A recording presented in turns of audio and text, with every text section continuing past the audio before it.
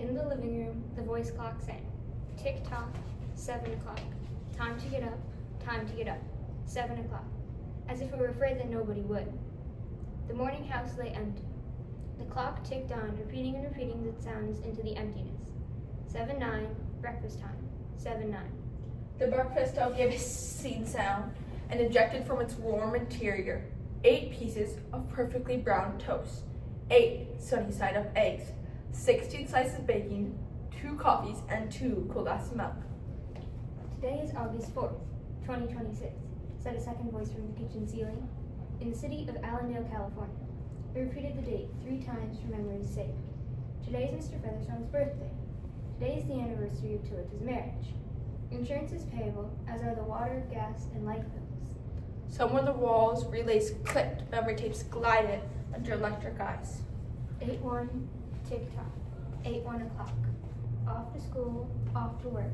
Run, run. 8-1. But no doors slammed, no carpets took the soft tread of rubber heels. It was raining outside.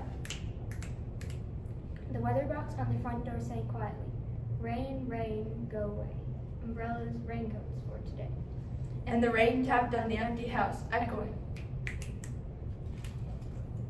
There Will Come Soft Rains by Ray Bradbury is set in 2026, after a nuclear war has wiped out human life. It focuses on a house in which many mechanical devices continue to do their daily tasks, even as the people they had served had long since passed on. It portrays the risks that is posed by technological advancements and their ability to outlive their creators. Outside, the garage chimed and lifted its door to reveal the waiting car. After a long wait, the door swung down again. 9:15, sang the clock. Time to clean. Out of warrants in the wall, tiny robot mice started. The rooms were crawled with the small cleaning animals, all rubber and metal. They thudded against chairs. Then, like mysterious invaders, they popped into their burrows. The house was clean. 10:15. The garden sprinkles whirled up in golden founts. The water pelted window panes, running down the charred west side where the house had been burned.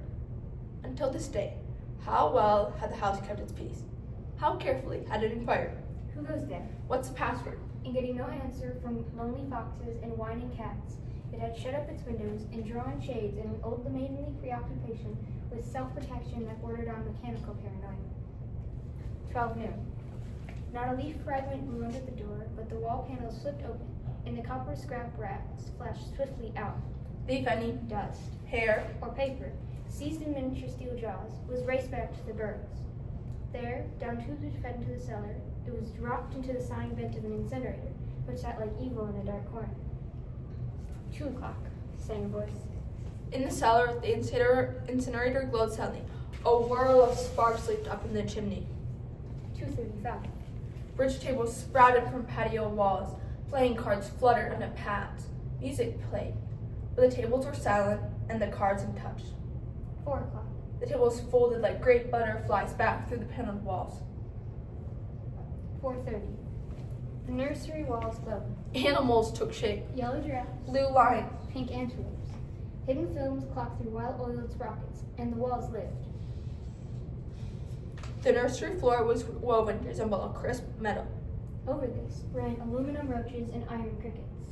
There was a patter of ochre feet and the murmur of a fresh jungle rain, like other hooves, falling upon the summer starch grass. Now the walls dissolved into distances of parched grass, mile on mile, and warm endless sky.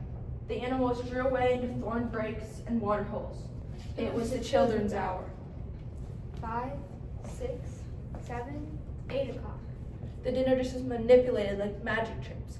In the metal stand opposite the hearth, where the fire now blazed up warmly, a cigar popped out. 1/2 inch of soft grass shine, smoking, waiting. 9 o'clock. The beds warmed their hidden circuits, for nights were cool here. 9:05.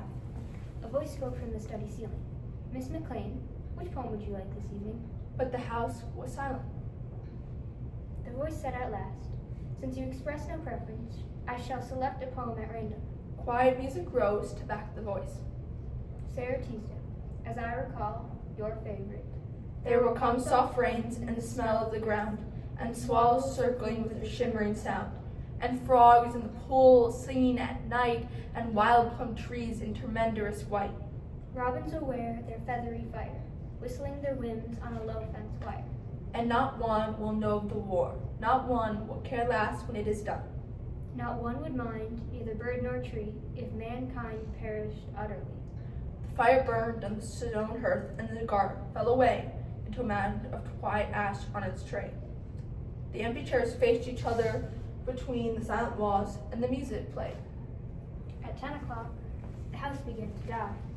The wind blew. A falling tree crashed the kitchen window, saw the lint shattered over the stove. The room was ablaze in an instant. Fire, screamed a voice. The house lights flashed, water pumps shot from the ceilings, but the solvent spread and lithium, leaking, eating under the kitchen door, where the voices took it up in a chorus, fire, fire, fire. But the house tried to save itself. Doors sprang tightly shut, but the windows were broken by the heat, and the wind blew and sucked upon the fire. The house gave ground as the fire in 10 million angry sparks moved with flaming ease from room to room, and then up the stairs, while scurrying water rats squeaked from the walls, pistoling their water, and ran for more. But it was too late. Somewhere, sighing, a pump shrugged to a stop. The quenching rain ceased. The reservoir supply, which had filled baths and washed dishes for many quiet days, was gone. The fire crackled up the stairs. Now the fire lay in beds, stood in windows, changed the color of drapes. And then, reinforcements. From out of trapdoors, blind robot faces peered down with faucet mouths gushing green chemicals. The house shuddered, oak bone on bone, its barred skeleton cringing from the heat. Its wire, its nerves revealed the sword had torn off the skin to reveal the red veins and caterpillars quiver in the scalded air. Heat snapped from the ears like the first brittle winter ice. And the voices wailed, Fire, fire, run, run. like a tragic nursery rhyme. A dozen voices, high, low, like children dying in a forest. Alone. And the voices fading as the wires popped their sheathings like hot chestnuts. 1, 2, 3.